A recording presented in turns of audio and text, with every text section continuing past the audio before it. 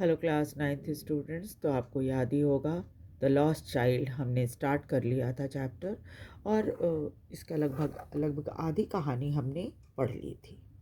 हमने यहाँ तक पढ़ लिया था कि जो बच्चा है वो अपने पेरेंट्स के साथ उस फुटपाथ की तरफ चल पड़ा जो कि खेतों से होता हुआ उस जगह पे पहुँचता था जहाँ पर मेला लगा हुआ था, है ना। यहाँ तक हमने पढ़ लिया था। आगे देखिए। As they neared the village, the child could see many other footpaths full of throngs converging to the whirlpool of the fair, and felt at once repelled and fascinated by the confusion uh, of the world he was entering. जैसे जैसे वो गांव के नज़दीक पहुंचने लगे, बच्चे ने देखा कि चारों तरफ से हर फुटपाथ से भीड़ आ रही है, और सब जो है एक इसके एक जो मेला लगा था उसमें चारों तरफ घूम रहे हैं लोग, है ना। And felt at once repelled and fascinated by the confusion of the world he was entering. तो बच्चे के दिमाग में दोनों तरह के विचार थे। एक तो वो आकर्षित भी हो रहा था और उसे बुरा भी लग रहा था, क्योंकि बाय द कन्फ्यूजन, क्योंकि वहाँ पर कन्फ्यूजन थी। वो जिस दुनिया में जा रहा था, वो मेले की दुनिया जहाँ बहुत भीड़ भाड़ होती है, वहाँ बहुत तरह का कन्फ्यूजन भी था। इसलिए भाव दोनों तरह का उसके मन में था। वो आकर्षित भी हो रहा था, थोड़ा उससे वो अलग भी, यानी उसे घृणा भी महसूस हो रही थी।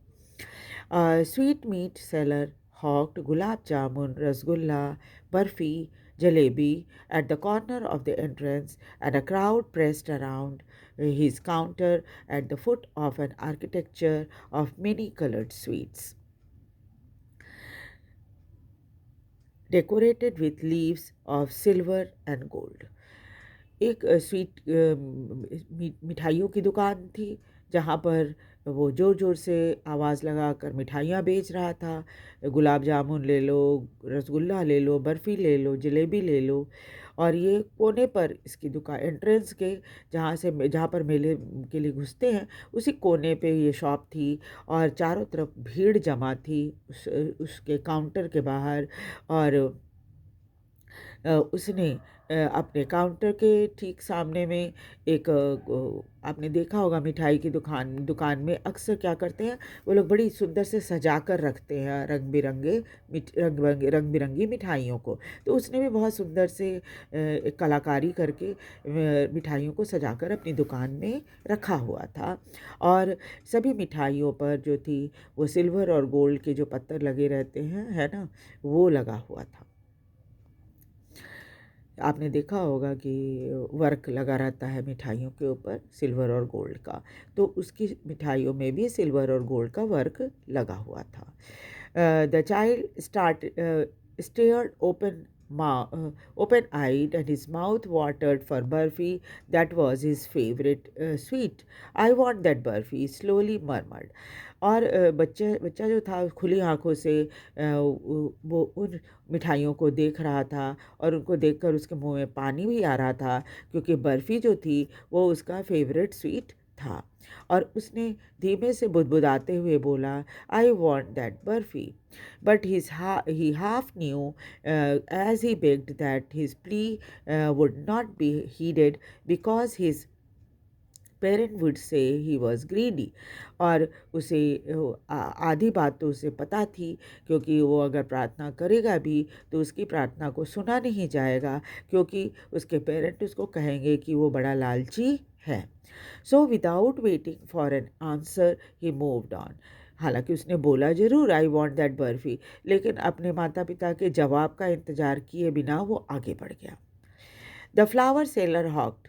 आगे बढ़ने पर वहाँ पर फूल बेचने वाला एक व्यक्ति था, जो कि अ गार्लैंड ऑफ गुलमोहर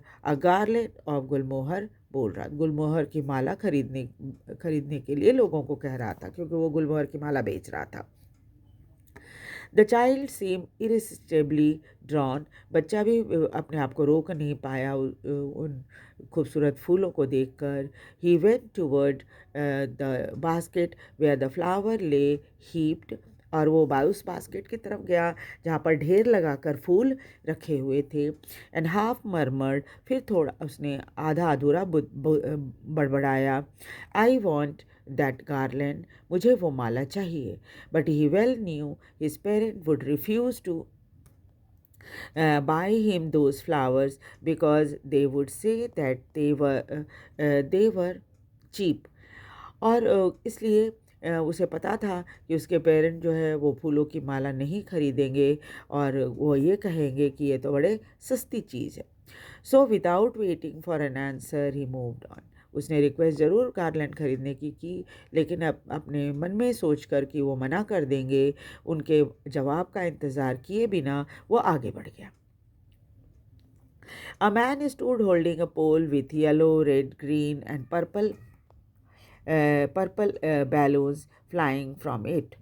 वहाँ एक जगह पर एक व्यक्ति बड़ा सा डंडा लिए हुए खड़ा था और उस डंडे में अलग अलग रंगों के बैलून बंधे हुए थे। येलो, रेड, ग्रीन, पर्पल सब उड़ रहे थे, है ना। वो जो बैलून जो हवा भरी जाती है, हाइड्रो क्या कहते हैं उसको, हीलियम कौन सी गैस भरी जाती है जिसके कारण क्या होता है, बैलून जो है हवा में उड़ता है। तो वो इस तरह से हवा में उड़ने वाली बैलून जो थी वो उसके डंडे में बंधी हुई थी। The child was simply carried away by the rainbow glory of their silken colour and he was filled with an overwhelming desire to possess them all. और बच्चा जो है वो तो उसकी तरफ स्वाभाविक है बहुत आकर्षित हुआ उस सतरंगी बैलून को देखकर जिसके कलर बहुत आकर्षक थे, और उसके मन में एक बार फिर से बहुत इच्छा हुई कि वो सारे के सारे बैलून ले ले। But he well knew his parent would never buy him the balloon because they would say he was too old to play with such toys. So he walked on further. और उसे बहुत अच्छी तरह मालूम था कि उसके पेरेंट उसे कभी भी बैलून खरीद कर नहीं देंगे और वो ये कहेंगे कि वो इतना छोटा अब ना नहीं है कि उसे बैलून खेलने के लिए दिया जाए, ऐसे खिलौनों से खेलने के लिए उम्र उसकी अब नहीं है, और इसलिए वो आगे बढ़ गया। A snake charmer stood playing a flute to the snake which coiled itself in a basket. तभी क्या हुआ, एक सपेरा वहाँ बैठा हुआ था जो अपने फ्लूट को बजा रहा था और उस सांप की तरह उस सांप को आकर्षित करने के लिए जो उसके बास्केट में कुंडली मारकर बैठा हुआ था। Its head raised in a graceful bend like the neck of a swan. और वो सांप जो है बास्केट से बार बार अपने सिर को निकालता था और ऐसे लहराता था जैसे उसके गर्दन जो है वो स्वैन की तरह है ना, हंस की तरह। While the music stole into its invisible ears like the gentle rippling of the invisible waterfall. जो संगीत वो सपेरा बजा रहा था वो बच्चे के कानों में ऐसे जा रही थी जैसे कोई झरने से पानी बहने की आवाज़ होती है।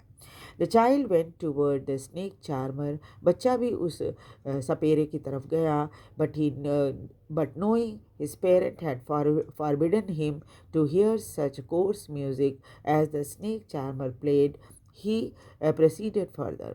लेकिन उसे पता था कि उसके पेरेंट जो है इस तरह के संगीत को जो रूखा या ये जो संगीत होता है जो थोड़ा सा रफ होता है वैसा संगीत सुनने के लिए वो मना, जैसा कि स्नेक चार्मर बजा रहा था वैसा सुनने के लिए वो मना करते हैं। सो वो आगे बढ़ गया। There was a roundabout in a full swing, तभी क्या हुआ वहाँ पर गोल चक्कर जो घुमाते हैं ना वो वाला झूला था। Main women and children carried away in a whirling motion, और बच्चे बड़े सब महिलाएं पुरुष सब उसमें बैठे थे, घूम रहे थे शर्किंग, और जब भी वो तेज घूमता था तो सब चिल्लाते थे and cried with a dizzy laughter, और ऐसे लगता था जैसे चक्कर आ रहा हो तो सब जोर जोर से हंसते भी थे। The child watch them intently, बच्चे ने बड़े ध्यान से उनको देखा। And then he made a bold request, और फिर बड़ी हिम्मत करके उसने एक प्रार्थना अपने पेरेंट्स से की।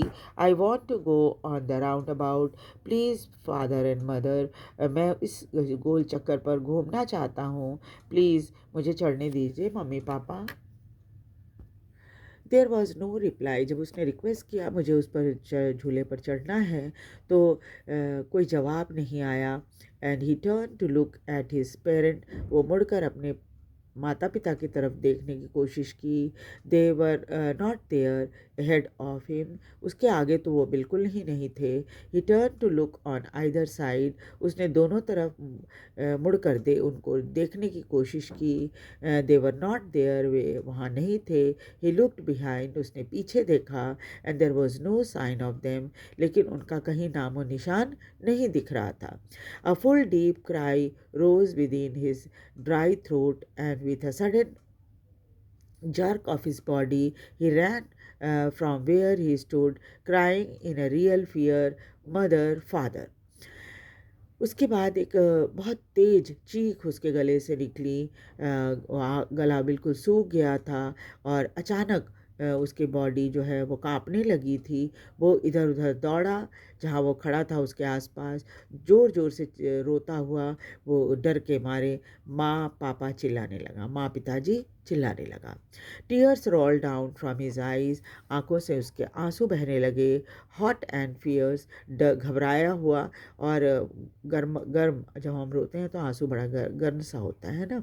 And his flushed face was conversed with fear, और एकदम चेहरा लाल पड़ गया था और वो कांप रहा था डर के मारे।